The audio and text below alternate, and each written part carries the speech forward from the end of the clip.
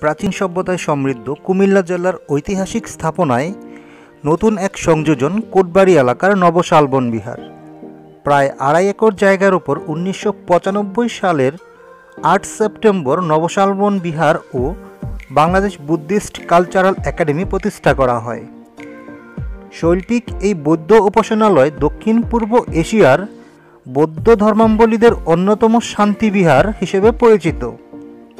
আজকে আমি আপনাদের নবশালবন বিহারটি ঘুরে দেখাবো, সাথে জানাবো নবশালবন বিহারের সম্পূর্ণ ইতিহাস। তাই ভিডিওটি না টেনে সম্পূর্ণ দেখার অনুরোধ রইল।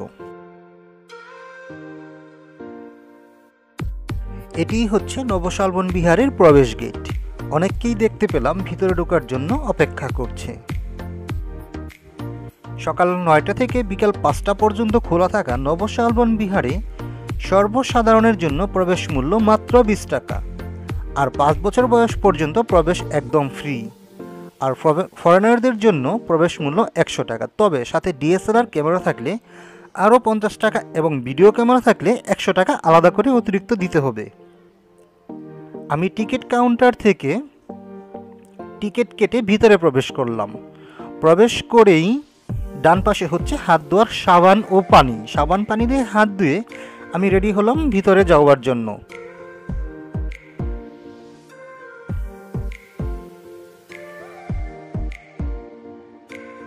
যেহেতু নবশালবন বিহারটি একটি পবিত্র স্থান, তাই সবাইকে এই রেকে জুতা খুলে প্রবেশ করতে হয়।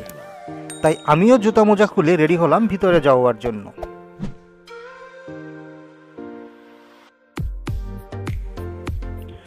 নবশালবন বিহার এর প্রবেশ পথেই পড়বে বিশাল বড় সাইজের দুটি নাগরাজ, যাদের চোখ ও দাঁত দেখলে আপনি ভয়ও পেয়ে যেতে পারেন।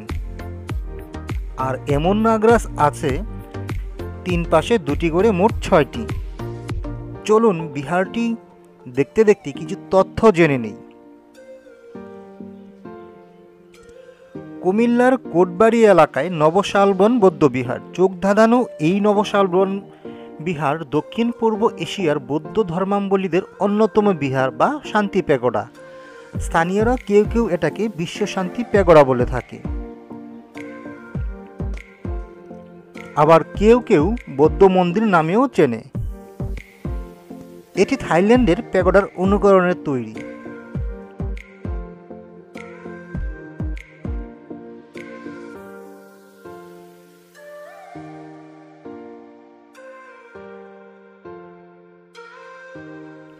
নবশালবন বিহারের প্রবেশদ্বার হতেই বাঁদিকে রয়েছে সোনালী রঙের ৬ টন ওজনের ৩০০ ফুট উচ্চতার বিশাল প্রার্থনারত বৌদ্ধের মূর্তি। যখন রোদের আলোক রশ্মি এর উপর আছড়ে পড়ে, তখন একে দেখতে আরও চমৎকার লাগে। মূর্তির পাশে রাজকীয়ভাবে নিরাপত্তা দেওয়ার ভঙ্গিতে স্থাপিত আছে গর্জনরত একই রঙের ২টি সিংহ। পুরো মন্দিরটাই নানা রকম শৈল্পিক কারুকার্য খচিত। ধাতব পদার্থের তৈরি দৃষ্টিনন্দন এই মূর্তিটি ভাতৃপ্রতিম দেশ থাইল্যান্ডের একটি বৌদ্ধ ধর্মীয় ফাউন্ডেশনের পক্ষ থেকে নবশালবন বিহারকে উপহার হিসেবে দেয়া হয়েছে। ২০১৪ সালের ১৫ই আগস্ট স্থাপন করা চমৎকার এই মূর্তিটি অনেক দূর থেকেই পরিলক্ষিত হয়। তাই মন্দিরটি দেখে মনে হবে যেন চমৎকার শৈল্পিক কারুকার্য খচিত কোনো বিদেশি স্থাপনার সম্মুখে দাঁড়িয়ে আছেন। আমি মন্দিরের চারপাশ দেখা শেষ করে দুটি নাগরাজ এর পাশ দিয়ে দ্বিতীয় তলায় ওঠা শুরু করলাম। দ্বিতীয় তলায় গঠন প্রণালী দেখে মনে হবে এটা কোনো রাজবাড়ির আদলে তৈরি। সিঁড়ি দিয়ে আরও উপরে উঠলাম।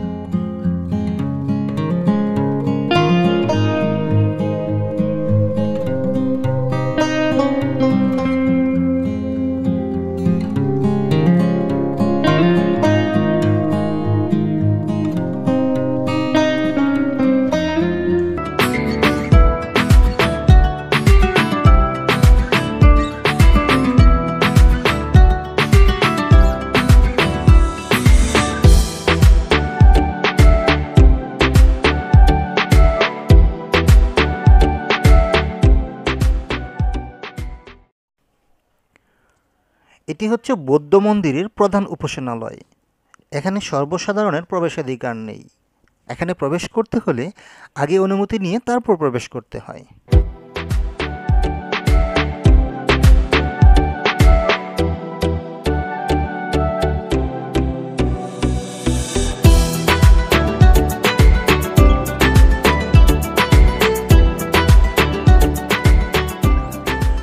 চলুন এবার জেনে নিই নবশালবন বিহারে আপনি কিভাবে যাবেন। নবশালবন বিহারে যাওয়ার জন্য প্রথমেই কুমিল্লা শহরে আসতে হবে। ঢাকা থেকে কুমিল্লা যেতে পারবেন ট্রেন বা বাসে করে। রেলপথে মহানগর গুদুলি, উপকূল এক্সপ্রেস, পাহাড়িকা এক্সপ্রেস ও তরুণা এর মতো ট্রেনে ঢাকা থেকে কুমিল্লা যাওয়া যায়। সড়কপথে royal coach, Asia aircon, Prince, Asia line, Trisha এর মতো নন এসি বা এসি বাসে ঢাকা থেকে কুমিল্লা যেতে পারবেন। অথবা চট্টগ্রাম বা ফেনীগামী বা যে কোনো বাসে উঠলেও কুমিল্লা যাওয়া যাবে। বাসভেদে ভাড়া পড়বে 170 থেকে 300 টাকা। বাস থেকে কুমিল্লার কোটবাড়ি বাস স্ট্যান্ডে নেমে সিএনজি বা রিকশায় নবশালবন বিহারে যাওয়া যায়। আবার কুমিল্লা শহরের 0 পয়েন্ট থেকে নবশালবন বিহারের মাত্র দূরত্ব 13 কিলোমিটার। 0 পয়েন্ট থেকে বাস বা সিএনজি দিয়ে কান্দিরপাড় সড়ক দিয়ে কুমিল্লার কোটবাড়ি রাস্তা হয়ে কুমিল্লা বিশ্ববিদ্যালয়ের বামের রাস্তা দিয়ে এগুলি নবশালবন বিহারে পৌঁছে যাবেন। এই বৌদ্ধ মন্দিরটির পাশেই রয়েছে প্রত্নতাত্ত্বিক শালবন বিহার ও ময়নামতি জাদুঘর।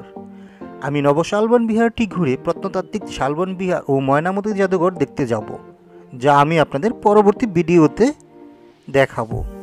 আপনারাও এখানে আসলে এই প্রত্নতাত্ত্বিক নিদর্শনগুলি দেখে যাবেন।